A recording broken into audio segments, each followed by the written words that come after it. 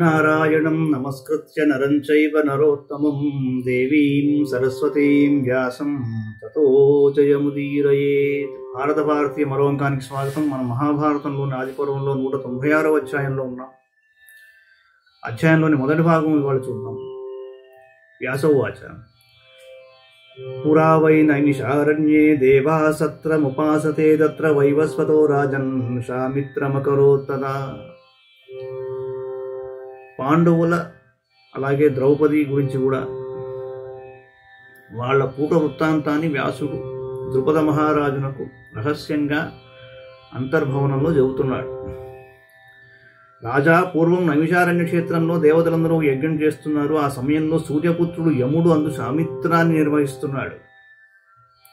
శమితా యజ్ఞే పశుపథ కర్తాదస్య కర్మ శామిత్రం, అనగా యజ్ఞమున పశుపథ చేయువాడు శమిత, యముడు అతని పనియే శామిత్రము. తతో యమోదీక్షితస్తత్ర రాజన్నామారయత్ కంచిదపి ప్రజానాం తతః ప్రజాస్తా బహుళా బభూవుః కాలాతిపాతాన్ మరణప్రహీణాః. రాజా, యముడు దీక్షితుడైన కారణాన ప్రజలను చంపడం లేదు. ఈ విధంగా మృత్యువునకు సమయం గడవటంతో మరణం లేక జనసంఖ్య పెరిగిపోవడం మొదలుపెట్టి సోమశ్చ చక్రో వరుణః కుబేరః సాధ్యా రుద్రావచవోధస్మినౌ చ ప్రజాపతిర్భువనస్య ప్రణేతా సమాజం ముస్తత్ర దేవాస్తధాన్యే తతో బ్రువన్ లోకగురుం సమేతా భయాత్ తీవ్రాన్ మానుషాణాం చ వృథ్యా తస్మాద్ భయాదుద్విజంతః సుఖేప్సవః ప్రయామ సర్వే శరణం భవంతం. చంద్రుడు, ఇంద్రుడు, వరుణుడు, కుబేరుడు, సాక్షులు, రుద్రుడు, వసువులు, అశ్విని దేవతలు అందరూ కలిసి బ్రహ్మనివాసమైన సత్యలోకానికి వెళ్ళి, భగవంతుడా, మనుష్యుల సంఖ్య అధికమవుతోంది,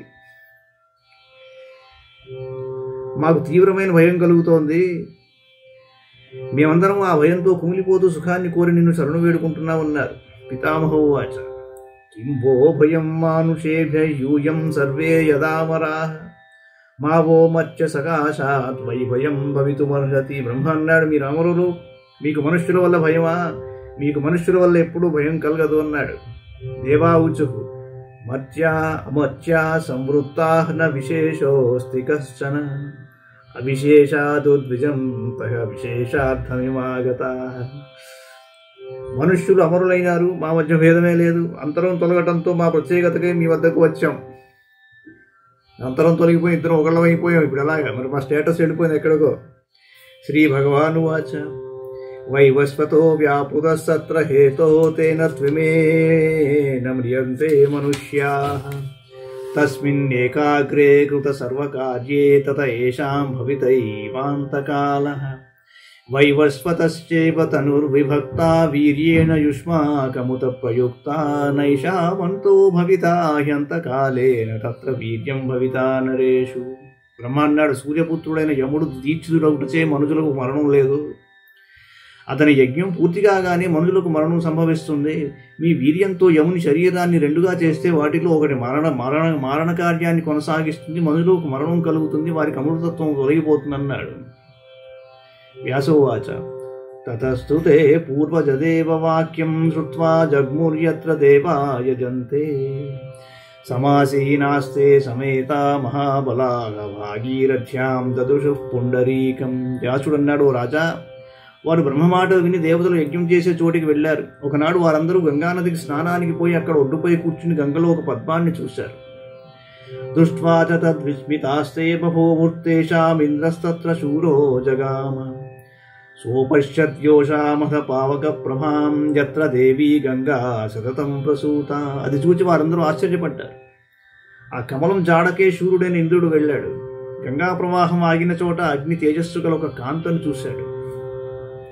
సా తత్ర యోషా రుదతి జలార్థినీ గంగాం దేవీం యవగాహ్య వ్యతిష్ఠతు తస్యాశ్రుబిందు పతితో జలే యః తత్పద్మమాసీదథ తత్ర కాంచనం. జలం కోసం వచ్చిన ఆమె గంగలో మునిగి ఏడ్చింది. ఆమె కన్నీటి బొట్లు ఒక్కొక్కటిగా నీటిలో పడి బంగారు కమలాలు అవుతున్నాయి. తదద్భుతం ప్రేక్ష వజ్రీ తదానీం అపృచ్ఛత్తాం యోషితమంతికాద్వై కాత్వం భద్రే రోదిషి కస్య హేతోః వాక్యం తథ్యం కామయేహం బ్రవీహి. అద్భుతాన్ని చూచి ఇంద్రుడు ఆమెను సమీపించి, కళ్యాణి, నీవెందుకు ఏడుస్తున్నావు? యథార్థం చెప్పు, వినాలనుంది అన్నాడు. స్త్రీవాచ త్వం వేశ్యసే మామిహ యాస్మి శక్ర యదర్థం చాహం రోదిమి మందభాగ్య ఆగచ్చ రాజన్ పురతో గమిష్యే ద్రష్టాసి తద్రోదిమి యత్కృతేహం. ఆ కాంత ఇలా అన్నదో, ఇంద్రా, నేను భాగ్యహీనురాలను, నేనెవరినో ఎందుకు ఏడుస్తున్నానో నీకు తెలుస్తుంది. నీవు రా, నా వెనుకరా, నా రోదన కారణం నీవు స్వయంగా తెలుసుకొనవచ్చు అని చెప్పింది. ఆ కారణం ఏమిటో వచ్చే అంకల్లో చూద్దాం.